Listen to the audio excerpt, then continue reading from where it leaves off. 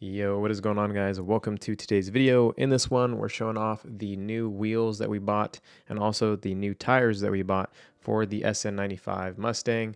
So I went with some different sizes. I did a lot of different research to try to see what fitment would be best to stay stock without having to do a whole bunch of modification. But we went with these Rovos. This is an 18-inch diameter, and it is a 10.5 for the rear. I was going to go with the 11, but I think that would have just led to me doing way more modification than I wanted to, especially with the rotors, the calipers, and even some of the quad shocks. But we're going to go ahead and throw some tires on this thing. All right, here they are. Got some Toyo R888s, 295, 30, 18. I mean, just, bro, 1, 2, 3, 3.5 hands. Like, good Lord, this is a big ass tire. And so we'll switch them out. Old versus new. Jesus, that is massive. I feel like I always pick the hottest possible days to be outside working on a car, but it is what it is. So let's try to get this thing fitted in. This looks like a ginormous wheel, which it is. Let's see. Oh God. Come on, baby. There we go. Okay, I can see we have a slight problem, but damn, son, look at that. That's looking crazy already, but looks like we're hitting the parking brake cable right here on the inside, so we're gonna have to take the parking brake cable and push it in. All right, so we got both sides on. So what I had to do was, right here, the parking brake cable is jank right now. This isn't gonna be permanent, but just zip tied it out of the way so that it cleared right here. So this piece wasn't making contact. And then in the back, the quad shock right here. This guy up top. It's about a finger's width right there, so.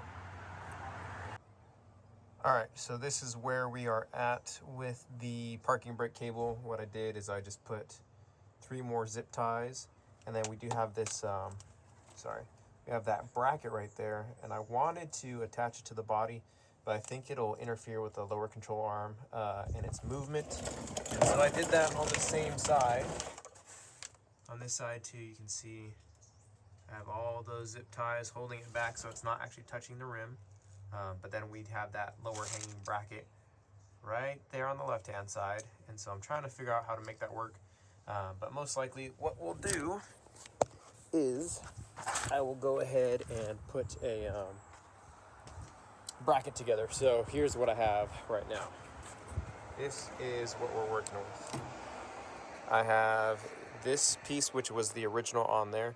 So my idea was to take the drill bits, drill in a hole, and then go ahead and use the rivet to rivet this guy into this piece on the body of the car, and then this will actually hold the cable out of the way, which is honestly what I'll most likely do is just reuse this guy and then do that, rivet this guy, and make sure that we use some Loctite.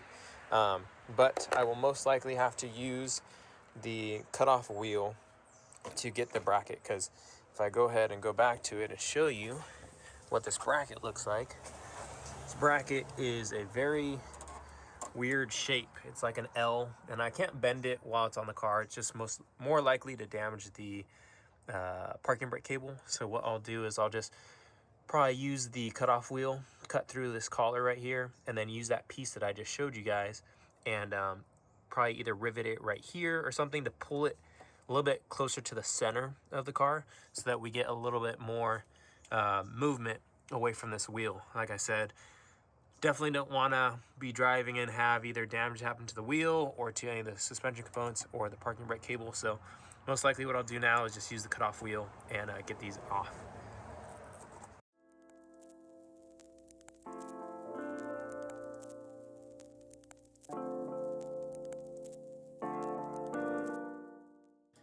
All right, guys, this is the final product. We had the parking brake cable fixed to the body of the vehicle, and then we have the zip ties kind of holding the parking brake cable and the ABS line out of the way of the rim, so they're not touching the rim or the tires. And that's going to be the fix for now until we can think of some other stuff. But I'm just happy that I'll be able to start driving this car around once we go ahead and get it smogged and get it registered. But she runs, everything else is fine, and then we can continue making our way through other modifications and appearance touch-ups here and there. Definitely want to get this car wrapped or just repaint it. I didn't do the best job, but like I said, that's going to do it for this video.